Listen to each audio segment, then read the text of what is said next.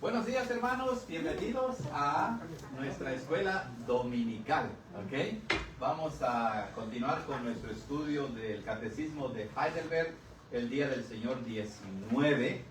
La semana pasada estudiamos ya la pregunta 51, pero vamos a hacer un repaso general y abarcar las dos de una vez, 51 y 52, ¿ok? Entonces, llegamos a este Día del Señor 19. Ya tenemos que menos de un año o ya vamos para el año estudiando. Menos de un año, porque hemos tenido también recesos, por así decirlo, ¿verdad? Así es. Bueno, en el Día del Señor 19, como se dan cuenta, que vamos a leer en un momento, se nos enseña lo que significa que Cristo, exaltado a la diestra del Padre, continúa obrando en favor de su iglesia y que un día vendrá a juzgar a vivos y a muertos. Entonces, esta Día del Señor nos recuerda que la obra de Cristo no ha terminado, ¿verdad? Terminó su obra de redención, pero Él continúa su obra de intercesión, su obra como Rey que gobierna su iglesia. Le damos gracias a Dios que Él todavía sigue obrando a nuestro favor. Vivimos en un mundo, hermanos, donde muchas veces sentimos la debilidad de nuestra fe, las luchas del pecado y la presión de los enemigos de Cristo, porque de eso habla también el catecismo. Pero el catecismo nos recuerda que no estamos solos. Cristo es nuestra cabeza glorificada, que derrama, dice, sus dones y también nos protege. Y además, el catecismo nos recuerda que el futuro no es incierto, es glorioso. El mismo Cristo que nos redimió vendrá otra vez, no para condenarnos, sino para llevarnos a la gloria eterna.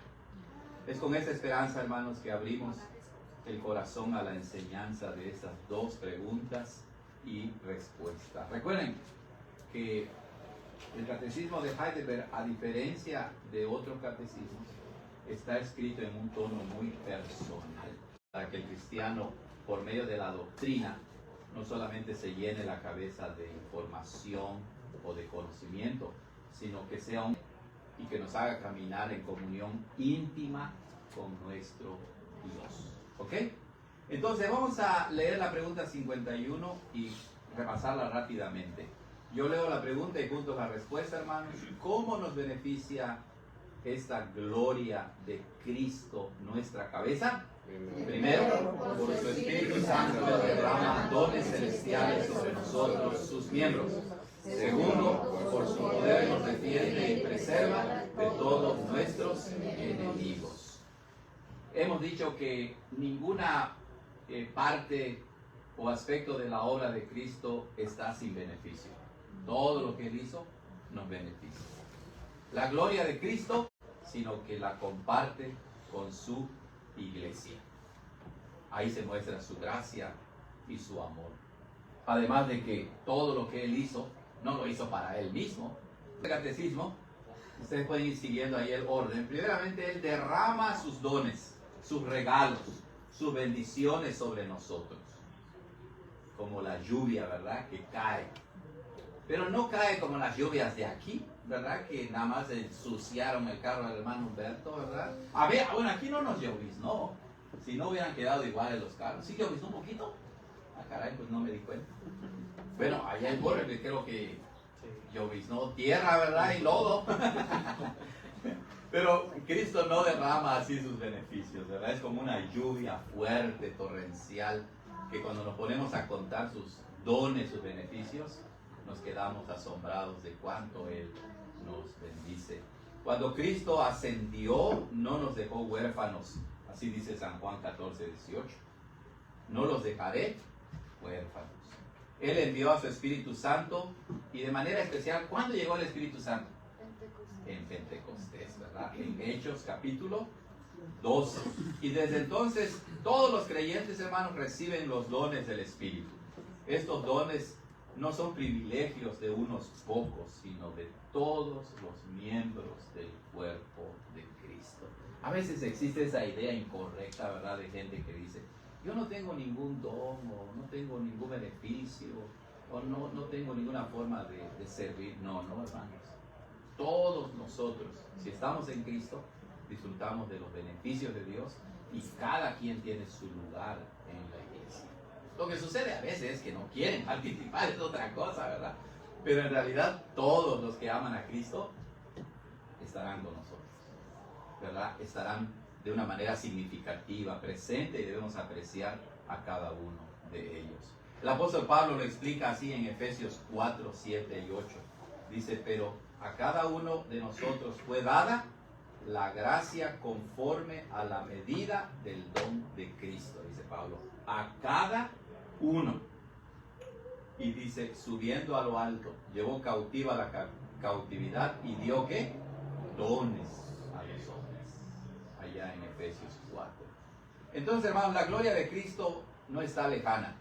Llega a nosotros en forma de gracia, de fe, de consuelo, de perseverancia y de los dones espirituales que edificarán a la iglesia. Recuerden que Él da estos dones de manera personal, pero siempre en unidad con el pueblo de Dios. Él no te da dones, no te bendice para que tú vivas aislado del cuerpo de Cristo. No. Los dones, ¿verdad?, tienen sentido porque podemos compartir las bendiciones que Dios nos da. Podemos desarrollar nuestra vida dentro del cuerpo de Cristo. ¿Ok? Muy bien. En segundo lugar, el catecismo nos dice que Cristo usa su poder para defendernos y preservarnos. Qué consolador es eso, ¿verdad, hermanos? El otro día platicábamos ahí con los hermanos acerca de la tecnología, de tantas cosas que existen ahora que ni siquiera sabemos nosotros. Como por ejemplo en este momento, el gobierno puede estar escuchando todo lo que decimos. Ojalá escuchar. En un sentido sí, porque estamos hablando del Evangelio, que es correcto, pero hablando acerca de los enemigos del Evangelio, o sea, en esta época era tecnológica, si realmente el gobierno se pone en contra del Evangelio como en otros países, pues lo pueden agarrar en cualquier momento, ¿cierto o no? Pero el catecismo nos recuerda que Cristo usa su poder para defendernos y preservarnos. Es más, ni el poder del infierno podrá destruir a la iglesia. Aquí está la seguridad del creyente. Aunque tenemos enemigos poderosos, así es, el diablo, el mundo y nuestra propia carne, ninguno puede arrebatarnos de la mano de Cristo. ¿Recuerdan que lo dijimos la semana pasada? Su poder resucitador está ahora en acción en favor de los suyos. Por eso es que hablamos y decimos continuamente el Cristo resucitado. Entonces eso tiene mucho sentido. El Cristo resucitado es el Cristo glorioso, el Cristo vivificador, el Cristo protector. Él resucitó, entre otras cosas, para proteger a su iglesia. Como dice el apóstol Pedro, ¿verdad? En 1 de Pedro 1:5, somos guardados por el poder de Dios mediante la fe para alcanzar la salvación que está preparada para ser manifestada en el tiempo postrero. ¿De por qué permanecemos en la salvación? ¿Por nuestro poder? No, es por el poder de Cristo. Entonces, hermanos, el catecismo nos invita a que cuando nos sintamos débiles o atacados, recordemos que Cristo no está ausente, Él está activo. Su espíritu nos fortalece y su poder nos guarda. Nuestra cabeza vive y nosotros vivimos en Él. ¿Se acuerdan el tema? Bueno, lo dimos con los Sánchez sobre la relación pactual. Que así como Adán es nuestra primera cabeza o representante y fallamos en él, Cristo es el segundo Adán, nuestra cabeza, nuestro jefe, nuestro líder, nuestra cabeza pactual. Y en él no vamos a caer nunca. Es más, comentábamos que cuando en Cristo somos renovados, convertidos y se restaura la imagen de Dios otra vez en nosotros, nos lleva no al paraíso, no al jardín del Edén,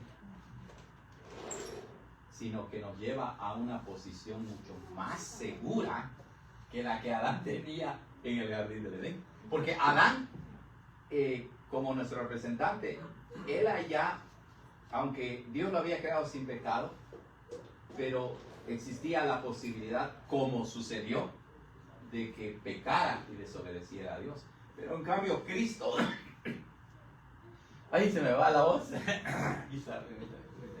En cambio Cristo es el corico, ¿cómo se llama? Cristo es el corico. No digo el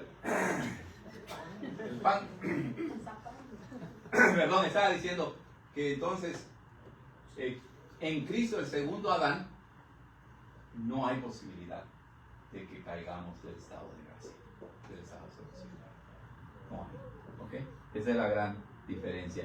Por eso es que el primer Adán pecó y con él pecamos todos. Pero el segundo Adán, que es Cristo, es mayor que el primer Adán. Y en él nunca vamos a caer. ¿Preguntas, hermanos? ¿Comentarios? Bueno, así entramos a la pregunta 52. ¿Cómo te consuela que Cristo vendrá a juzgar a los vivos y a los muertos? Que en todos mis dolores y persecuciones, yo con la cabeza erguida espero a aquel mismo que se ofreció por mí al juicio de Dios y removió toda maldición de mí, que regrese del cielo como juez y le echará a todos los enemigos suyos y míos a la condenación eterna. Pero a mí, con todos sus elegidos, nos llevará con él al gozo y glorias celestiales. Noten, ¿cómo te consuela que Cristo vendrá a juzgar a los vivos y a los muertos? Recuerdo cuando estaba en Chicago, trabajando en la iglesia, ahí había una persona que cuando hablábamos del juicio de Dios, decía, ay, no hablen del juicio de Dios. O hablábamos de que Jesús regresaría otra vez, decía, no hablen, me da mucho miedo. Y, o sea, es normal, ¿verdad? Hasta cierto punto, pero mientras más conoces el Evangelio y sabes que Cristo regresará para tu salvación eterna y completa, ya no te da miedo. Al contrario, el catecismo dice, es un consuelo. Por eso la pregunta dice, ¿cómo te consuela que Cristo vendrá a juzgar a los vivos y a los muertos? ¿Te consuela por qué? Porque tú ya no vas a ser juzgado para condenación. Vas a dar cuentas y se nos va a leer la cartilla, ¿verdad? Así que no es que no vamos a ser juzgados. Sí vamos a ser juzgados, pero por la obra de Cristo no seremos condenados. Pues sí le debería dar miedo a los que no están en Cristo. Claro, hermana. Porque sí va a haber Así es. condenación. Así es. Entonces siempre hay que mostrar la ley y el evangelio, ¿verdad? Es decir, hablar del juicio de Dios, pero siempre recordando que Cristo ya sufrió la maldición de la ley por nosotros y por eso no vamos a ser enviados al infierno. Bueno, en esa respuesta entonces, hermanos, encontramos un consuelo profundo. Primeramente dice, nos recuerda que el juez que viene es el mismo que ya fue condenado en nuestro lugar. Imagínense, él mismo murió por nosotros. ¿Qué clase de juez es este? Bueno, no hay otro juez como él. Que él merecía, que tú merecías que te condenen, pero él murió por ti. Él se hizo maldito por nosotros. Él murió en nuestro lugar. Cristo no vendrá contra nosotros, sino por nosotros. Qué bonito, ahí se ¿verdad? aplica la frase, ¿verdad? Si Dios es con nosotros. Dios está con nosotros. ¿Quién contra nosotros? Como dice Romanos 8:1, ahora pues, ninguna condenación hay para los que están en Cristo Jesús. Y esa es la convicción de tu vida en Cristo, hermanos. De verdad, no hay temor. El temor, ¿cómo dice? El amor echa fuera. El temor, el verdadero amor en Cristo. Porque a veces platicamos, ¿verdad? Y yo siento, ¿verdad? Conforme uno va aumentando en edad, pues uno va viendo la vida de manera diferente. Y por ejemplo, el tema de la muerte. Antes, ¿verdad? Cuando uno es más joven, uno tiene miedo, ¿verdad? Hablar de la muerte y ay, se te eriza la piel, ¿no? Pero conforme uno avanza en edad, y si estás en Cristo, esa es la clave. Dices, Señor, sí es doloroso, como José que lloró a su padre, pero sabemos a dónde va. sabemos que no vamos al infierno, vamos a la vida eterna, completa y total. Esto significa que el día del juicio no es para el creyente un motivo de terror, sino de esperanza. ¿Se acuerdan de las almas en Apocalipsis que dice que estaban debajo del altar? ¿Verdad? Claman y dice, ¿cuándo, Señor, vas a vengar a tus enemigos?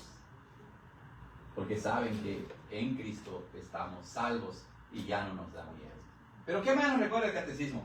Dice, nos enseña a mirar hacia arriba, así dice, con la cabeza erguida, ¿verdad? A mirar hacia arriba. Fíjense que voy a enseñar la doctrina del hombre o antropología bíblica en el seminario el próximo mes. Y obviamente estoy estudiando este tema, ¿verdad? Y cuando habla acerca de la imagen de Dios, que fuimos creados a la imagen de Dios, algunos autores dicen que una diferencia incluso física entre los animales y nosotros es que todos los animales andan siempre con la cabeza hacia abajo, ¿verdad?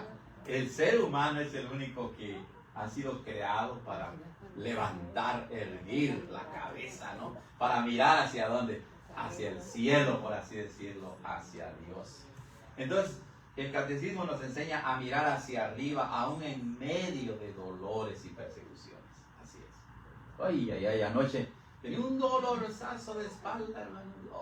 Ay, me dolía. Y ay, me puse a clamar al Señor, ayúdame, quítame el dolor. Pero, ¿por qué hacemos eso? Porque hemos sido creados a la imagen y semejanza de Dios, ¿verdad? Y el ser humano es el que puede clamar a Dios, levantar la cabeza y decir, Señor, ayúdame, fortaléceme. Y Él nos ayuda. Entonces, con la cabeza erguida, esperamos a nuestro Redentor. Qué bonito, ¿verdad? O sea, pon eso en tu mente. ¿Cómo esperas a Cristo? ¿Verdad? Sí. ¿Cómo esperas que Él venga, no? No está diciendo que literalmente estemos así. Se refiere a la actitud, ¿verdad? A la confianza, a la perspectiva. Es con una cabeza erguida, o sea, es con seguridad, con convicción, como termina el libro de Apocalipsis que dice, sí, ven Señor Jesús. Bueno, es lo que nos recuerda nuestro catecismo, ¿verdad? Jesús mismo dijo en Lucas 21-28, cuando estas cosas comiencen a suceder, hablando de las señales del fin del mundo, erguíos, dice, así dice Jesús, imagínense, erguíos y levantad vuestra cabeza, porque vuestra redención está cerca. Y cuando vienen las guerras y los problemas, ¿qué hacemos? Generalmente, ¿qué hacemos? Y ¿verdad? Nos da temor. Y Jesús dice, no sean cobardes, dice Jesús, ¿verdad? Erguidos, dice, levanten su cabeza, porque su redención está cerca. Increíble, ¿no? Como el Señor Jesús nos anima y nos dice, pórtense con valentía, ¿no? Con valor. No se agüiten, ¿no? No se achiquen, sino levanten la cabeza. Levanten. Irgas, no sé ni cómo conjugar ese verbo. Que dice, erguíos, ¿verdad? Erguíos. Levántense, pónganse cabeza arriba, ¿no? Cabeza arriba. Interesante. Como el Señor, no, como dice el apóstol también, no nos ha dado un espíritu de cobardía, sino de valentía. Algo así, ¿no? De poder y de dominio propio. ¡Wow! ¿Cómo nos reprende la palabra, verdad? De diferentes aspectos. Y dices, ay, cómo vivimos la vida no conforme al Evangelio. Pero conforme entendemos más el Evangelio, decimos, sí, Señor, es verdad, es verdad. De hecho, cuando viene un problemita en nuestras familias luego, ¿verdad? Hacemos una tormenta en un vaso de agua. En lugar de decir, Señor, si realmente creo en tu providencia, como lo vimos con José, pues todo está de acuerdo con tu plan. Claro que muchas veces nosotros provocamos las cosas malas, pero aún cuando las provocamos, si estamos en Cristo, debemos ser lo suficientemente fuertes, porque Él nos fortalece para asumir nuestra responsabilidad, ¿cierto o no? A mí me ha pasado eso muchas veces, que digo, no hice esto, y después digo, no, Señor, ayúdame, si fue mi culpa, aguántate, como se dice, ¿verdad? Y Él te va a ayudar y vas a salir adelante. Es que aún hasta nuestro carácter lo usa, ya Sí. sea que a veces se nos olvida algo, o sea, todo lo usa. Correcto. dice que todas las cosas son Así buenas. Bueno, ¿qué más nos enseña? Que el juicio entonces no será una sorpresa aterradora, sino la liberación final de todo mal. Tercero, hermanos, habrá justicia perfecta, dice Cristo en el catecismo, ¿verdad? Cristo echará a todos los enemigos suyos y nuestros a la condenación eterna. Así es. Eso no significa que el mal, el pecado y Satanás, eso significa más bien que el mal, el pecado y Satanás no tendrán la última palabra. Así como la muerte en Génesis 50 no tuvo la última palabra. Dios siempre tiene la última palabra. En siguiente lugar, hermanos, seremos llevados con Cristo a la gloria eterna, así dice el catecismo. Aquí está la esperanza más gloriosa. En primera de Tesalonicenses 4:17 dice, y así estaremos siempre con el Señor. Siempre. No solo veremos la victoria de Cristo, sino que participaremos de su gloria como su pueblo amado. Preguntas, hermanos, comentarios hasta aquí. Sobre la pregunta 52. ¿Cómo te consuela que Cristo vendrá a juzgar a los vivos y a los muertos? En todos mis dolores y persecuciones, yo, con la cabeza erguida, espero a aquel mismo que se ofreció por mí al juicio de Dios y removió toda maldición de mí. Toda maldición. O sea, ya no hay nada que te maldiga. Por eso Pablo dice, para los que están en Cristo ya no hay ninguna condenación. Mucha gente arrastra pecados, ¿verdad, hermanos? Que cuando no los pones en las manos de Cristo, como los hermanos de José, te sigue comiendo por dentro y dices, no, yo no tengo perdón. Y he conocido a mucha gente que ha hablado conmigo y dice, no, yo no tengo perdón de Dios. No, claro que sí. Tu pecado no es mayor que el perdón de Cristo. Él es mayor que cualquier pecado y Él te puede perdonar. Hermano. Creo que de alguna manera no tanto la respuesta conlleva la idea de que en algún sentido la idea de juicio sí produce temor en sí misma, pues, ¿no? La idea, pues, correcto. ¿no? Pero en sí, o sea, como transmitiéndonos la idea de que sí hay cierta expectativa de temor por sí misma, pues, ¿no? Pero ya en la respuesta aclara todo eso. Correcto, así es. Sí, y creo que el consuelo está en lo que el catecismo dice basado en la Biblia, que Él, ¿cómo dice? Él se ofreció por mí al juicio de Dios. O sea, sí habría temor si nos acercáramos al trono divino con base en nuestra propia justicia, ¿verdad? Pero cuando leemos que Él se ofreció por mí y removió toda maldad, entonces lo que eso produce es un gran respeto y gratitud al Señor, es decir, Señor, gracias, porque tú eres mi juez. Ahora sí podemos incluir mi juez. Moisés. Estás diciendo de las personas que dan miedo a hablar sobre ese tema, y yo creo que es importante también explicar por qué es que Dios nos perdona, porque siempre decimos Dios que puede perdonar de todos sus pecados, Sí. y después también como su mente de ellos, uno que nunca ha escuchado antes tiene mucho pecado, ¿cómo Dios me puede perdonar de todo sí, esto? Es verdad. Y Dios es eterno, entonces Claro. su habilidad de perdonar es eterno igualmente, no tiene límites. Sí, ese es un buen punto, porque mucha gente dice, si yo hice la oración del pecador, Dios me perdonó y ya está. Pero es que eso no es el Evangelio, ¿verdad? El Evangelio es, primero tienes que reconocer tu maldad y tu pecado, y que tú no te puedes perdonar a ti mismo, no puedes rescatarte de la condenación. ¿Cómo entonces es que Dios me perdonó? ¿Cómo? Esa es la gran pregunta. ¿Cómo sucedió el perdón? Pues porque Cristo sufrió la ira de Dios en tu lugar. No es que Dios dijo, un día despertó y dijo, ok, te perdono. Y es que la mayoría de la gente así piensa el Evangelio. No es así. Por eso es que no hay confianza y seguridad, porque dicen, o sea, en cualquier momento peco y otra vez quedo condenado. No, somos perdonados por medio de Cristo, por su obra perfecta. Los hermanos de José. Exacto. ¿Será que realmente me va a perdonar José? Están siempre dudando, ¿verdad? Pero cuando comprendes que sí, Dios mismo, en la persona de su Hijo, murió y sufrió en tu lugar y sufrió toda la maldición de Dios en tu lugar y para tu beneficio, entonces el verdadero creyente dice, sí, porque proviene de Él, no proviene de lo que yo hago, no proviene de cómo me porto, porque si así fuera, no hay perdón. Involucra experimentar Claro. el perdón de Dios. Así es. ¿Cuánta gente, verdad, hablando de la membresía de la iglesia, vienen y van, y les dicen, ¿por qué? ¿Y por qué?